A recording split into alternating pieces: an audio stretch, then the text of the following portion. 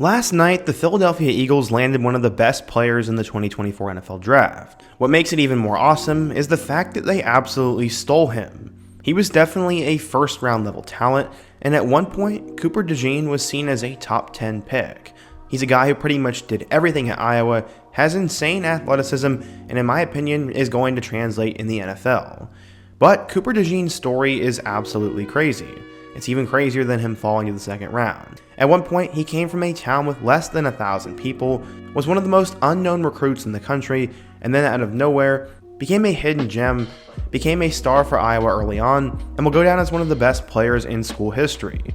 But how did all this happen? Who the heck is Cooper DeJean? How did he get to this point? And what are the Eagles getting in him? That is exactly what I'm going to explain today. We're going to go through his story, his journey, talk about his Iowa career, and what he brings to the table. But before we get started, if you're a big fan of college football or the draft, be sure to subscribe to the channel, leave a like if you support today's video, and let me know what player, team, topic, or situation I could cover next. Now let's get started and talk about the insane rise of Cooper DeJean. In order to understand how DeJean got to this point, we first need to go back in time.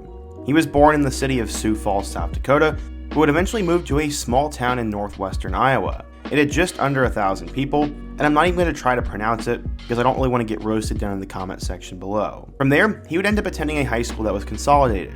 What does that mean? Well, it means it was a single school for 3 or 4 other towns. There just weren't enough kids from each town to justify having a high school, so that's the kind of environment he grew up in. But he did have some good genetics in his family tree. Both of his parents were collegiate athletes, as his dad was a basketball player for Huron University in South Dakota, and his mom was a softball player who played at Briar Cliff before she also transferred to Huron. I assume that's where the two met. Cooper was not the only athlete in his family either, as both of his younger brothers played sports for his high school. Athletics had always been part of DeJean's life, even long before he got into playing competitive sports. While he did go to a very tiny high school, he did not have a very tiny future, as his extreme athleticism was apparent from a very young age. The reason they could see it is because a lot of those schools don't have the most high-class athletes in the world. Since it was such a small school, he ended up playing pretty much every sport, and he dominated. In basketball, he finished his 4-year career with nearly 2,000 points, and that put himself up with elite company, like other Iowa kids in TJ Hawkinson and Harrison Barnes. Basketball was actually his first love, and he would travel across the country playing AAU basketball, and he really enjoyed it. His second sport was track, and his speed was always apparent. But he also had more than just speed, and he was also a 3-year letterman in varsity baseball. Obviously he was good, but his main sport was football. As a sophomore, he would play wide receiver and had more than 1,000 yards receiving. He also played some defensive back and punter, and it was at this time he started to move away from basketball and go towards football. In 2019, he would have his recruiting breakthrough as Iowa would start to go after him. He played both quarterback and defensive back and led his team to a state championship in the 2A division. According to 24/7 Sports, who tracked his junior year statistics, he made an impact everywhere. He had 3,546 passing yards, 42 touchdowns, 1,292 rushing yards, 24 rushing touchdowns, 34 tackles, 5 interceptions, and 2 pick sixes. He also had 2 punt returns, and his high school coach said, quote, "He's just a competitor. It doesn't matter if it's basketball or football or track or whatever, he's kind of that kid that wants the ball in his hand. He wants to be controlled, and that probably makes him such a great player." By the time Cooper was a senior in 2020, he had racked up a small list of collegiate offers, which included Iowa, Iowa State, North Dakota State, and South Dakota State. He also had a walk-on opportunity with Virginia, but despite earning a 3-star rating, he only had those 4 offers.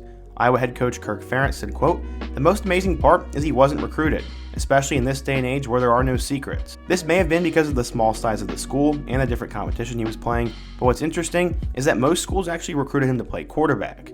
Iowa, though, saw him as a defensive back, and he was never really interested in playing that at the collegiate level, but that's where Iowa wanted him. They were enamored with his mixture of size, speed, and ball skills, and they wanted him to replace Amani Hooker, who had just gone off to the NFL. In fact, his experience at quarterback was very attractive to Iowa, who thought he'd be able to know how a quarterback would think, and then be able to utilize that on the defensive side of the ball. He said, quote, "Iowa never really mentioned quarterback. They thought I would be a better defensive back." In terms of recruiting, Iowa made a full court press on him, as they wanted to make sure he stayed in state, and no one else really found out about him. They also didn't want the rival Iowa State to get their hands on him, and he decided to commit to the Hawkeyes in 2020, citing the long-term success of Kirk Ferentz. At the time he was committed, he was rated as a 3-star recruit, but would eventually be raised to a 4-star recruit. He put up that insane stat line I talked about earlier, and he also led them to a 13-0 season, winning every single game by over 20 points. DeJean was a guy who went from a consolidated high school to someone who was all over the record books. But would his position change actually work in college? That's what people were wondering. Cooper's first season at Iowa was in 2021, and it was an interesting one. He ended up making some plays on the scout team, and had some defensive stats, but mostly would play on special teams. He did take one kick return for 20 yards, but managed to make an impact playing other positions during kick returns due to his insane work ethic and his push for any sort of playing time. His strength coach said, quote, "He's genetically blessed. He brings it every single day in the weight room, and he's extremely serious and focused when it comes to training." The following season, the question wasn't whether he would play, but rather what position he would play. With the two safeties in front of him both eventually going to the NFL, that position group was now up for him to take. He said, quote, "Last year I didn't know much when I was on the field. Eventually he would end up getting on the field, and he became a big-time starter for them. In 2022, he recorded 75 total tackles with 5 total interceptions. Of those 5, he actually returned 3 of them for touchdowns, and he also returned 10 punts. After 2022 was when the hype for Cooper DeJean really started to get real. This past season when he was a junior, he became the uncontested starter and leader of the Hawkeye defense, but he's also getting preseason props as one of the most electric players in college football. He ended up completely proving it, as he earned consensus All-American honors and is now projected as a first-round pick. Despite missing the final 4 games of the season, he ended up finishing with 41 tackles and 2 interceptions. He also had a punt return touchdown, and he really should have had 2. Personally, I think that whole Minnesota situation was stupid, as he was obviously not signaling for a fair catch and was instead pointing his teammates to block for him, but I guess by the hair-splitting definition of the legal rules in college football, it technically crossed the line. Whatever. While that play was extremely frustrating for Iowa fans, that did not hurt his first-round chances. Some Iowa coaches think he could be the best player that they've ever coached, and Ferentz said, quote, "And I was thinking about it last week, I'm sure he's one of the best players that I've ever been around at any level. DeJean is now a household name in terms of football, but what's going to happen to him now? Well, the consensus is that he's a first-round pick. There are some that say he could be a second-rounder, but his size and speed make him an excellent option for at least 3 positions. He could play safety, corner, and nickel, and then the fact that you can plug him on special teams, or maybe even on offense occasionally, makes him extremely desirable, and he's basically one of those Swiss Army knife players that can do a bit of everything. Cooper has shown he can do all of that stuff at a high level, and brings extreme versatility to the NFL, so while I can't give a great prediction or comparison for him, I just think he's sort of a unicorn-type player that can really be plugged in and succeed anywhere." So yeah, that was all pre-draft speculation, but last night we ended up finding out where DeJean is going to play.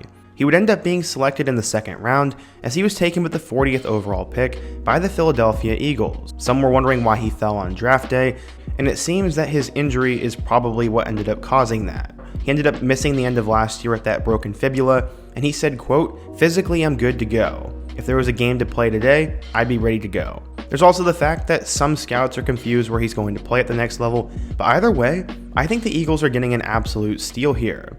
They completely upgraded their secondary this offseason as they signed CJ Gardner-Johnson in free agency and then got Quinyon Mitchell from Toledo in the first round. Both of those guys alone would have been a significant upgrade, but now adding in a guy like DeJean, and I'm really excited for their future. They obviously also added Saquon Barkley, and I think the Eagles are drafting players that can get them back to competing at the very top right away.